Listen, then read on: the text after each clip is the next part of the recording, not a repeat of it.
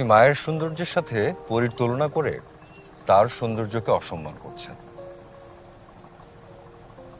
তাহলে মানুষ পরীর মতো দেখতে হতে চাই কেন? কৃত্রিমতা, আমরা এই কৃত্রিমতা তৈরি করেছি। যুগে যুগে নারীকে পণ্য বানিয়েছি। সাহিত্য, কবিতা, বিজ্ঞাপন, নাটক, সিনেমা সব কিছুতেই কৃত্রিমতা ছড়িয়ে গেছে। আল্লাহর পাঠানো সৌন্দর্যকে আমাদের নিজেদের পরিমাপে নষ্ট করছি, অপমান করছি, ঠাট্টা করছি। আলিফ বেচারার আসলে কোনো দোষ নেই, প্রকৃত সৌন্দর্যের খোঁজ সে পায়। বুঝেছি।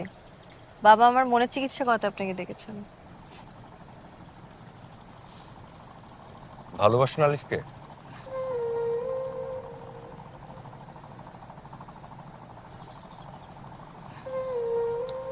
আমি আলিফের সাথে কথা বলবো।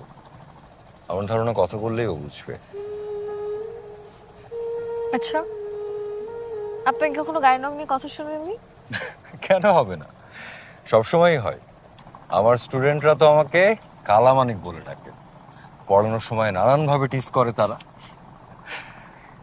একটা মেয়ে বাদে অন্যরা যখন টিজ করে, শুধু এই একটা মেয়ে একটু কষ্ট পায়। জানেন, আমি আলিফের জন্য প্রচন্ড কষ্ট পেতাম। মনে হতো সমস্ত কষ্ট দূর করে দিই।